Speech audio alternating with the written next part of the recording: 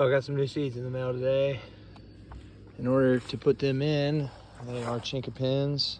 I need to uproot these sawtooth oaks. Gotta uproot these, make bed space to get the cash cow in the bed, baby. How I'm getting this accomplished is, first I started it out with this little hand trowel, propping in around the sides, digging down as deep as I could, propping up, loosening up some soil. Now I can get my hand in there. So I'm trying to dig all the way to the bottom and just propping up. And then I ought to be able to get this guy out of there. There's a couple, yeah, 2 right there. Some great trees, not native, fast producing oak trees. As you see here, as I'm taking plants out of the bed, they're going straight into a bucket of water. Got a persimmon. It looks like they had a little double dormancy. There was persimmons in this box last year. Then I sowed it out to some sawtooth oaks. But yeah, got a spare persimmon here and there, so I got to keep them separate, straight into the water. These are chinkapins, Castanea pumila. Some of them have already sprouted, as you can see here, but that's okay. There's none that are too far gone. Most of them are looking pretty good. This can actually cross-pollinate with a chestnut. It is a native Castanea species known as the sweet chestnut. It's quite a bit smaller than your average Chinese chestnut that you're used to, even smaller so than the American chestnut. But this could be a very valuable food source for permaculture tree farms in the future. All right, I've got all 100 sowed out right here with some leftover fertilizer. It's the last of what I will ever be buying fertilizer wise. Got to work on a compost system, got to get this more sustainable. The world could end tomorrow as we know it. Might as well get prepared. So yeah, there are, I think I ordered 100 chinkapins, so he always sends a little bit more. So got those spread out here. I would normally, you know, cover these with like a leaf litter, but this stuff is pretty damp, and these are chinkapins, and related to chestnuts, they're liable to mold. So I will let them stay out in the sun for a bit, get a little bit of sun on them, dry some of that sand out, or some of that soil out, just a hair, maybe tomorrow. And then tomorrow I'll come through here, rake up some leaves, and put a nice leaf litter mulch on there. But for now, I'm gonna go make it look like this box. I'm gonna go grab these other 2 guys right here, put them on top of here so no squirrels can get in and eat those. There we go, got half the air prune bed left to go.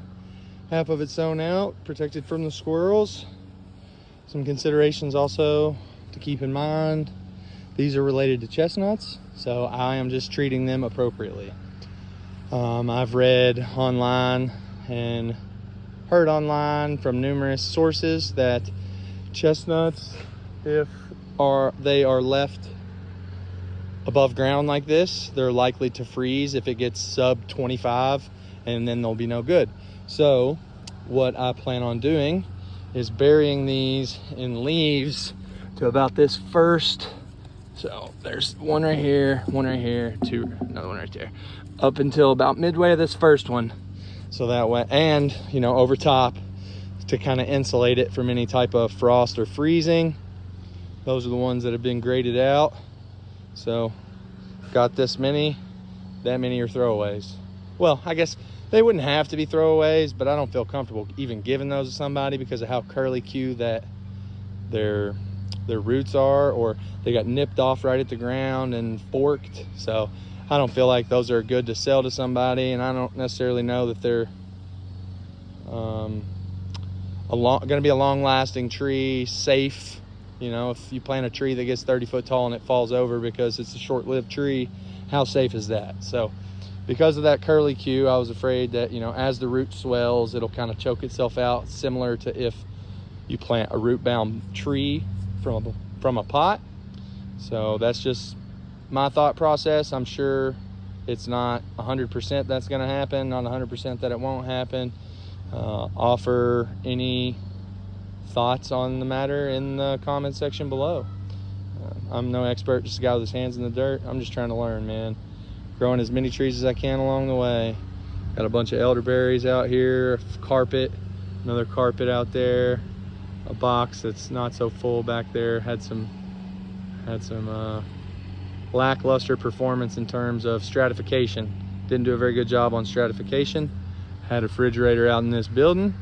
It got to -5 this winter, and the refrigerator froze because that building isn't insulated. So I'm not keeping a whole lot of seeds out here anymore because of that. Because I had shoddy serviceberry performance, poor peach performance. I brought the pawpaws and persimmons in, so that's why they did so well. But yeah, that's what we're working with right now. Quick little update in the nursery, little task to go along with it. And shortly after sowing out those chinkapins, I put out a message on Facebook for finding walnuts, and reached out to somebody. He told me to come pick up walnuts to eat at his house, and I wound up getting some bur oak acorns. So we're gonna sow those out in the rest of that sawtooth oak box. Until next time, peace out, produce people.